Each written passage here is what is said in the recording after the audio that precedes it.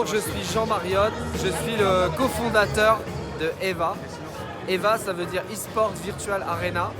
Et en fait, aujourd'hui, on a mis en place un stadium de plus de 1000 m² qui accueille plus de 500 places et surtout une zone de jeu ici de 500 m² qui permet en fait de se déplacer librement et de faire des compétitions en réalité virtuelle.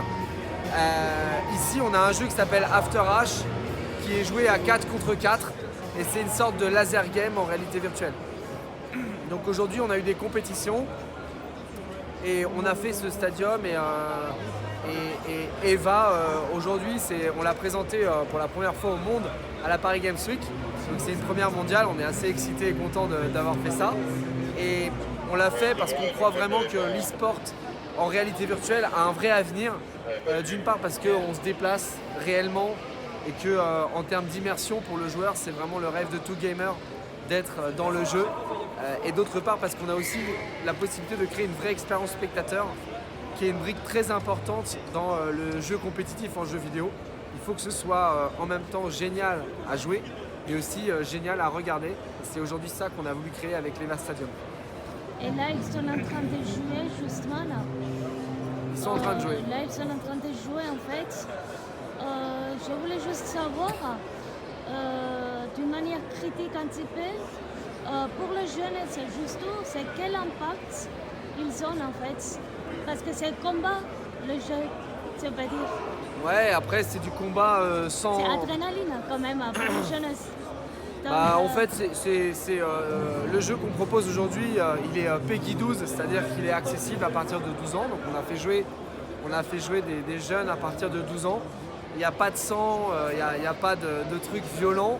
Effectivement, on se tire dessus dans un monde avec des rayons laser, dans un monde futuriste. Mais c'est pas plus violent qu'un Fortnite ou qu'un jeu grand public, on va dire. Et donc...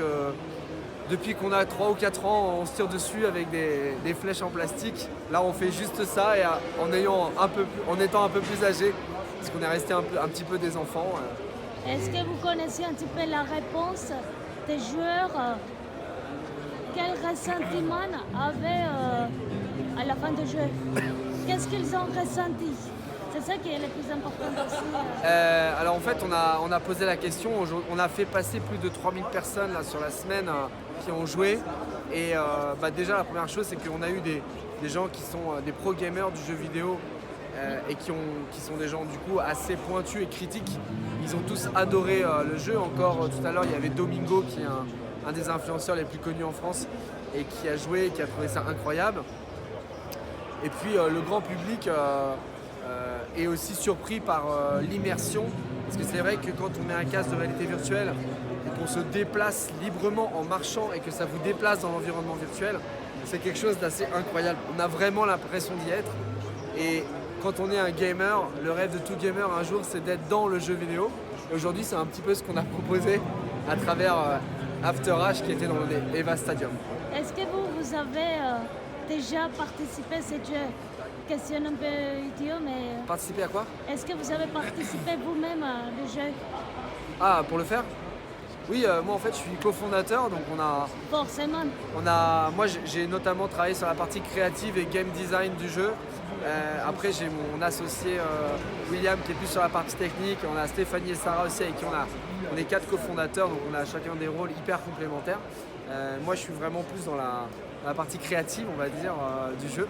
Et du concept aussi global de l'e-sport en réalité virtuelle. Et qu'est-ce que vous espérez de cette salon en fait? Comment vous avez vécu? Déjà, on a présenté ça au salon parce que la Paris Games Week aussi nous a fait confiance, nous a permis d'avoir un espace aussi grand pour une start-up. C'est quand même pas tous les jours qu'on peut avoir 1000 m² dans un salon comme la Paris Games Week. Donc déjà, merci à la Paris Games Week pour ça. Ce qu'on veut, nous, derrière, c'est que ce ne soit pas simplement une démo dans un salon, mais en fait, dans les 6 prochains mois, on va ouvrir plusieurs salles qui vont être basées sur ce concept. Et aujourd'hui, on a vraiment validé que les gens adorent jouer dans ces conditions-là. On avait presque 6 heures de queue hier. C'était vraiment, d'ailleurs, c'était presque trop en fait, presque frustrant un petit peu pour les gens. Mais ça montre que demain, si on ouvre des salles sur le même type de concept, en fait, où on répond vraiment à une attente sur le loisir.